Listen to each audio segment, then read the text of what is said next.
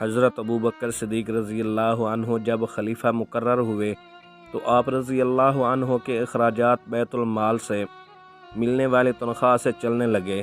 آپ رضی اللہ عنہ کی تنخواہ قلیل تھی جو بقدر ضروریات کے لیے ناکافی تھیں۔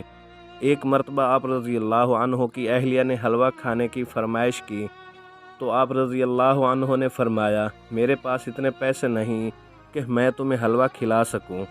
آپ رضی اللہ عنہ کی اہلیہ نے آپ رضی اللہ عنہ کی تنخواہ میں سے کچھ رقم بچانا شروع کر دی، اور جب وہ اس قابل ہو گئیں کہ حلوہ پکا سکیں تو انہوں نے اس رقم سے حلوے کا سامان خریدنے کے لیے رقم آپ رضی اللہ عنہ کو دی کہ حلوے کا سامان خرید لائیں۔ آپ رضی اللہ عنہ نے پوچھا، میری تنخواہ میں حلوہ نہیں پک سکتا، تمہارے پاس یہ پیسے کہاں سے آئے؟ زوجہ نے عرض کیا، وہ ہر ماہ تنخواہ میں سے کچھ رقم بچا کر حلوے کے لیے پیسے اکٹھے کرتی رہیں۔